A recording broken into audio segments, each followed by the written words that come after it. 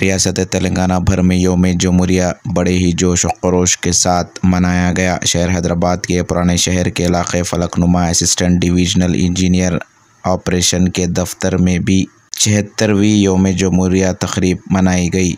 ADE operation Falaknuma के राजू ने कौमी परचम लहराया। इस मौके पर स्टाफ की कसीर तादाद ने शिरकत करते हुए यौम जमहूरिया की पुरखुलूस मुबारकबाद दी।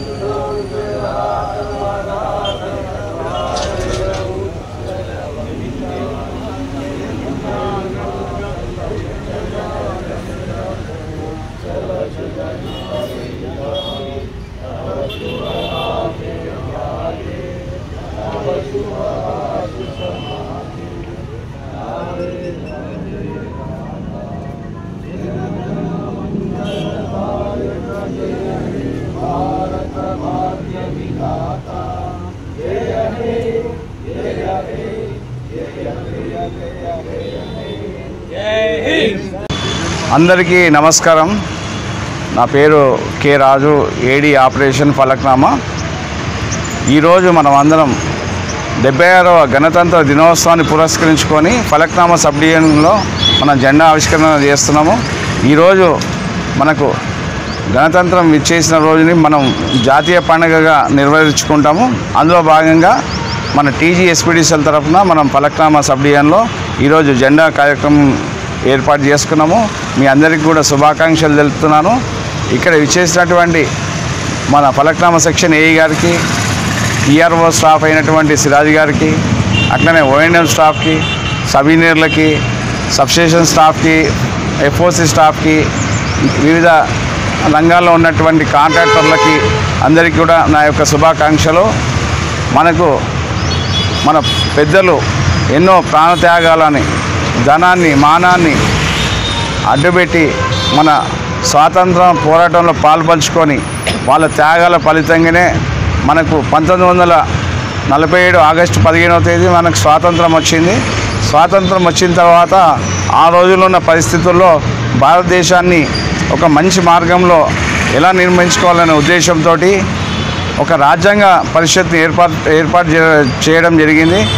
దానికి డాక్టర్ బాబు రాజేంద్ర ప్రసాద్ గారు అధ్యక్షత ఉండే, అలాగే డాక్టర్ BR అంబేద్కర్ గారిని ఈ యొక్క రాజ్యాంగాన్ని రచించడానికి చైర్మన్గా ఏర్పాటు చేశారు। మన BR అంబేద్కర్ గారి ఆధ్వర్యంలో మేధావులందరూ కలిసి, ఆ మెంబర్లు, రాజ్యాంగ పరిషత్లో ఉన్న మెంబర్లందరూ కూడా కలిసి వివిధ దేశాలలో అధ్యయనం చేసి మన భారతదేశానికి ఈ రాజ్యాంగాన్ని ఏ విధంగా పొందుపరిస్తే బాగుంటుందని 11 నెలల 18 రోజులు కష్టపడి దాన్ని రూపొందించి మనకు 1949 నవంబర్ 26నే ఇది మనం పార్లమెంట్లో ఆమోదం పొందుపరుచుకున్నాము। కానీ ఈ అమలు చేసే రోజుని మనం జనవరి 26 నాడు 1950 జనవరి 26 నుంచి ఈ రాజ్యాంగం అమల్లో వచ్చింది। ఈ రాజ్యాంగంలో ఏంటంటే మనం ప్రపంచంలోనే ఒక గొప్ప ప్రజాస్వామ్య దేశంగా, లౌకిక దేశంగా ఏర్పడడం చాలా గొప్ప విషయము। అందులో భాగంగా మన ప్రజలకు హక్కులు, అధికారాలు, బాధ్యతలను కూడా పొందుపరిచారు।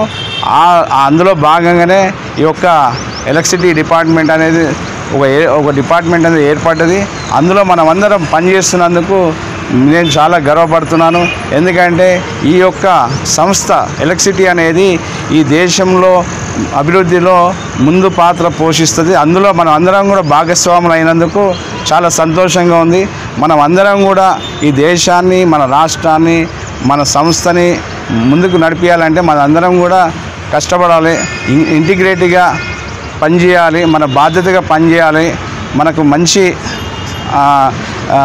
సాలరీస్ ఉన్నాయి, మంచి ప్రోత్సాహకాలు ఉన్నాయి, ఆరోగ్య సమస్యలు ఉన్నాయి, కానీ వాటికి సంబంధించి కూడా మనకు బెనిఫిట్స్ ఉన్నాయి। అట్లా మన ఫ్యామిలీస్కి కూడా ఈ యొక్క సంస్థ ద్వారా మనం లబ్ధి పొందుతున్నాం కాబట్టి మనం అందరం కూడా మేనేజ్మెంట్ ఇచ్చిన టార్గెట్స్ అనుకూలంగా ప్రజలకు మనం పనిచేయాలని చెప్పేసి ఈ సందర్భంగా గుర్తు చేస్తున్నాను. మొన్న రీసెంట్గానే మన పవర్ మినిస్టర్ గారు శ్రీ బట్టి విక్రమార్క గారు కూడా ఒక మాట చెప్పారు. ఏంటంటే మనము గృహజ్యోతిలో ఫ్రీ కరెంట్ ఇస్తున్నామని అంటున్నాం, కానీ మనం ఫ్రీ కరెంట్ ఇవ్వట్లేదు. ప్రభుత్వం సబ్సిడీ ఇస్తుంది, ప్రభుత్వమే డబ్బులు కడుతుంది ఎవరైతే గృహజ్యోతులు ఉన్నారో వాళ్ళకి. సో మనం వాళ్ళకి ఇంటింటికి వెళ్ళి డబ్బులు కట్టు అని చెప్పకుండానే ఒకే టైంలో మనకు అంతమంది ఇప్పుడు మనకు ఈ సబ్ డివిజన్లో 20,000 మంది కన్జ్యూమర్స్ ఉన్నారు. ప్రతి నెల 20,000 మంది దగ్గరికి వెళ్ళి డబ్బులు కట్టండి అనకుండా మనకు ఒకే టైంలో ప్రభుత్వం మనకు డబ్బులు ఇస్తుంది, మనకు సబ్సిడీ ఇస్తుంది. కాబట్టి మన సంస్థ మంచిగా ఉండాలనే ఉద్దేశంతో ప్రభుత్వం ప్రతి నెల మనకు గృహజ్యోతి కింద డబ్బులు ఇస్తున్నారు. అట్లనే ఫ్రీ అని కాకుండా రైతులకు కూడా సబ్సిడీ ఇస్తున్నారు కదా ప్రభుత్వం. అవి కూడా 1,100 కోట్ల రూపాయలు విడుదల చేసింది. గృహజ్యోతికి 150 కోట్లు, అట్లనే నాయి బ్రాహ్మణులకి రజకులకు కూడా ఈ సబ్సిడీ కింద ఆ డబ్బులు కూడా మనకు సంవత్సరానికి 1,500 కోట్ల రూపాయలు మనకు ఇస్తుంది ప్రభుత్వము. మన సంస్థ ఆర్థికంగా మంచిగా ఉంటేనే ప్రజలకు సేవ చేస్తారని చెప్పే ఉద్దేశంతో ప్రభుత్వం మన మీద భరోసా ఉంచి ఎప్పటికప్పుడు మనకు రావాల్సిన డబ్బులు ఇస్తూ ఉంది. మన సంస్థ మంచిగా ఉంటేనే ప్రజలకు సేవ చేసే అవకాశం ఉంటుంది అనే ఉద్దేశంతో ఇస్తున్నారు. కాబట్టి మనం కూడా ప్రజలు మనతో కరెంటు పోకుండా ఉండాలనే ఉద్దేశంతో ఎన్నో ఎక్స్పెక్టేషన్స్తో ఉన్నారు.